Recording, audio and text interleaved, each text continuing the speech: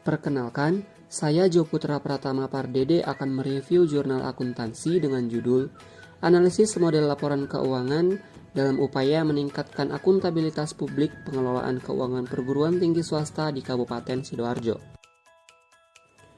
Jurnal ini telah dipublis oleh Jurnal Beta, Bisnis Ekonomi dan Akuntansi Universitas Muhammadiyah Gresik, volume 7 nomor 1 halaman 2-17, tahun 2008, penulis Sigit Hermawan dan Heri Widodo. Latar belakang penelitian. Laporan keuangan penting baik bagi lembaga berorientasi laba maupun lembaga nirlaba. Karena laporan keuangan merupakan sarana utama untuk mengkomunikasikan informasi keuangan organisasi dan sebagai media pertanggungjawaban publik kepada para stakeholder. Laporan keuangan PTS berguna sebagai sumber informasi dalam pengambilan keputusan strategis dan sebagai bentuk media pertanggungjawaban pengelola kepada para stakeholder. Meskipun belum menjadi kebiasaan, tetapi tren ke depan tuntutan dari masyarakat agar organisasi nirlaba pun menerapkan keterbukaan dan pertanggungjawaban kepada publik. Organisasi nirlaba membutuhkan laporan keuangan sebagai media keterbukaan dan pertanggungjawabannya. Penelitian ini bertujuan untuk 1. Mengetahui model laporan keuangan PTS di Kabupaten Sidoarjo. 2. Menjelaskan aspek akuntabilitas publik dari model laporan keuangan PTS di Kabupaten Sidoarjo. 3. Mengidentifikasi model laporan keuangan PTS dan mendukung akuntabilitas publik dalam pengelola keuangan. Permasalahan. Laporan keuangan perguruan tinggi yang saat ini ada hanyalah berupa laporan penerimaan dan pengeluaran. Laporan ini disusun dengan dua sisi, yakni sisi penerimaan dan sisi pengeluaran. Model laporan keuangan tersebut memiliki banyak kelemahan, karena hanya berbasis kas dengan sistem tata buku tunggal, sehingga tidak dapat menyajikan informasi jumlah harta atau aktiva, kewajiban, kenaikan aktiva bersih, pendapatan, dan beban. Maka, menjadi hal yang ironis apabila perguruan tinggi swasta, lebih-lebih yang memiliki fakultas ekonomi jurusan akuntansi, tidak menyajikan laporan keuangan yang informatif dan menjamin aspek akuntabilitas publik. Maka akan menjadi kajian penelitian yang menarik untuk mengetahui model laporan keuangan PTS, kaitannya dengan aspek akuntabilitas dan model laporan keuangan yang ideal yang menjamin akuntabilitas publik pengelolaan keuangan PTS. Objek penelitian yaitu model laporan keuangan yang disusun dan disajikan oleh PTS setiap tahunnya. Subjek penelitian yaitu PTS yang ada di Kabupaten Sidoarjo yaitu Universitas Y dan STKIPX. Metodologi penelitian. Sumber dan teknik pengumpulan data dalam penelitian ini dilakukan melalui 3 cara, yakni pengamatan, interview, dan dokumentasi. Analisis data pada penelitian ini dilakukan dengan cara merekam data lapangan, melakukan member check kepada subjek penelitian, melakukan triangulation test dalam rangka memperoleh keabsahan data, dan melakukan penyempurnaan analisis. Hasil penelitian 1. Model laporan keuangan yang dibuat oleh PTS di Sidoarjo adalah neraca, laporan hasil bisnis, pendapatan, dan pernyataan rencana penganggaran biaya, dan pernyataan pertanggungjawaban untuk masing-masing divisi. 2. Aspek akuntabilitas laporan keuangan PTS di Kabupaten Sidoarjo menurut user cukup beragam. User laporan keuangan di Universitas Y Sidoarjo menyatakan akuntabilitas laporan keuangan yang ada cukup baik, walaupun beberapa masih perlu perbaikan dan pembenahan untuk lebih lengkap. Sedangkan user laporan keuangan di STKIP X Sidoarjo menyatakan belum cukup baik dan belum lengkap karena belum memberikan informasi yang dibutuhkan untuk pengambilan keputusan strategis. 3. Model laporan keuangan perguruan tinggi swasta di Sidoarjo dibandingkan dengan PSAK nomor 45 sebagaimana yang disyaratkan oleh IAI belum memenuhi aspek akuntabilitas publik. Dalam hal ini, Universitas Y sebagai PTS telah melakukan upaya-upaya yang menghasilkan standarisasi dan laporan keuangan yang transparan. Kelebihan 1. Telah dipaparkan dengan jelas bagaimana penelitian dilakukan. 2. Lengkapnya data lapangan yang didapat. 3. Bahasa yang digunakan sudah sesuai EYD Bahasa Indonesia dan menggunakan bahasa yang sederhana sehingga memudahkan orang awam untuk memahami isi jurnal. Kekurangan, kurangnya landasan-landasan teori untuk memperkuat hasil penelitian atau jurnal yang ada. Sekian review dari jurnal ini. Terima kasih. Saya Saya Nada Diaulhak akan mereview jurnal selanjutnya yang berjudul Analisis Penerapan PSAK nomor 45 revisi 2011 tentang pelaporan keuangan entitas nirlaba pada Stikes Muhammadiyah Manado. Jurnal ini adalah jurnal yang bernama Jurnal Berkala Ilmiah Efisiensi dengan volume 15 nomor 03 dan diterbitkan pada tahun 2015. Penulisnya yaitu Wahyu Repi, Grace B. Moginangoy, dan Heitz Wokas dan direview oleh Nada Diaulhak pada tanggal 21 Desember 2020. Latar belakang dari penulisan jurnal ini adalah perguruan tinggi merupakan salah satu bentuk dari entitas nirlaba. Dalam Undang-Undang Republik Indonesia Nomor 20 Tahun 2003 tentang Sistem Pendidikan Nasional Pasal 20 tertulis, perguruan tinggi dapat berbentuk akademi, politeknik, sekolah tinggi, institut, atau universitas. Sehingga dapat disimpulkan, Stikes Muhammadiyah Manado merupakan salah satu jenis perguruan tinggi yang ada dan diakui di Indonesia. Dan dikarenakan Stikes Muhammadiyah berada di bawah naungan dari Yayasan Muhammadiyah, maka Stikes Muhammadiyah digolongkan menjadi perguruan tinggi swasta. Sebagai entitas nirlaba, maka sudah seharusnya pelaporan keuangan perguruan tinggi disusun sesuai dengan SAK yang berlaku. Dalam hal ini adalah Pernyataan Standar Akuntansi Keuangan PSAK nomor 45 tentang pelaporan keuangan entitas nirlaba.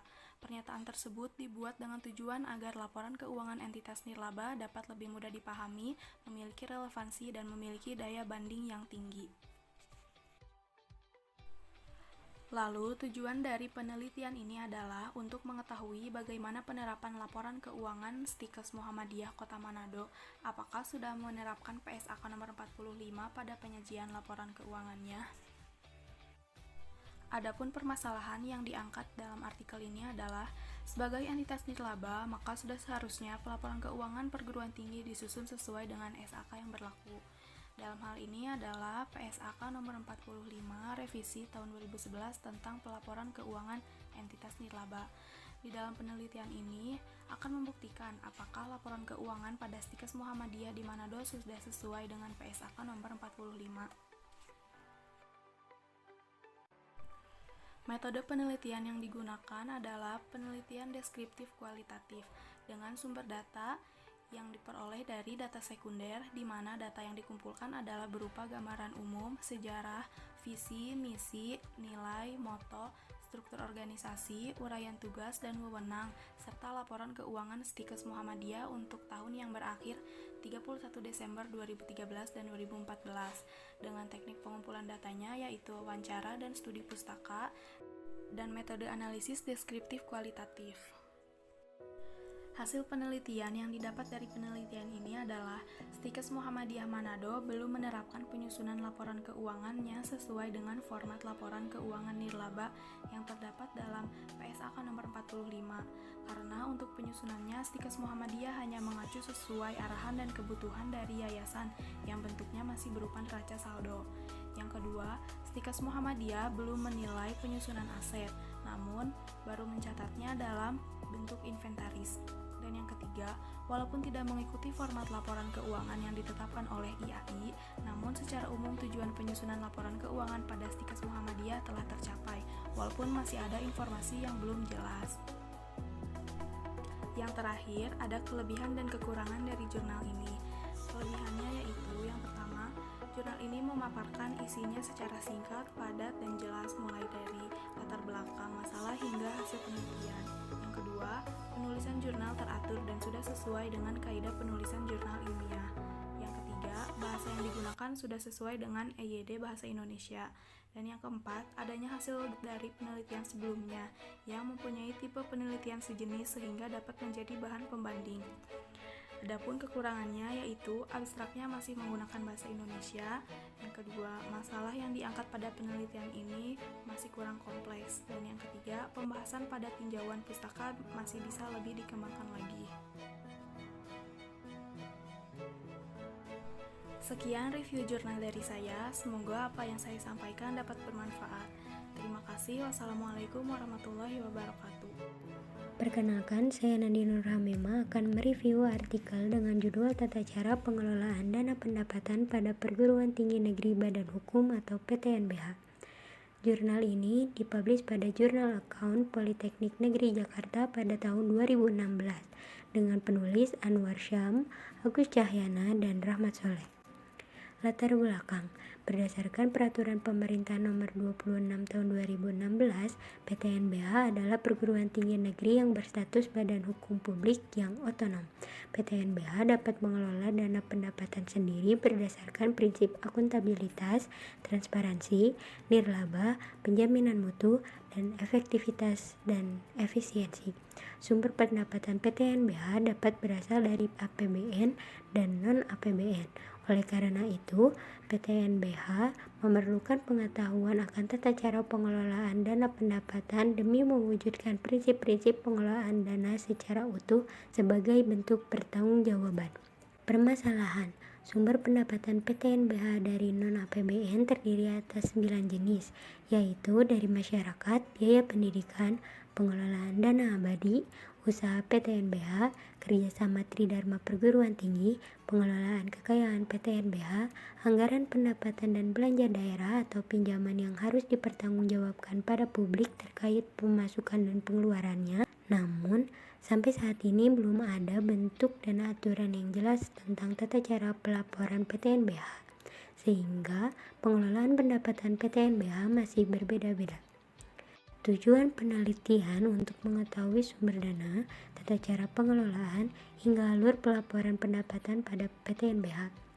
Jenis penelitian berupa penelitian kualitatif dengan metode penelitian dengan pendekatan fenomenologi menggunakan paradigma interpretivis untuk menafsirkan dan memahami fenomena akuntansi. Alat penelitian dengan cara observasi.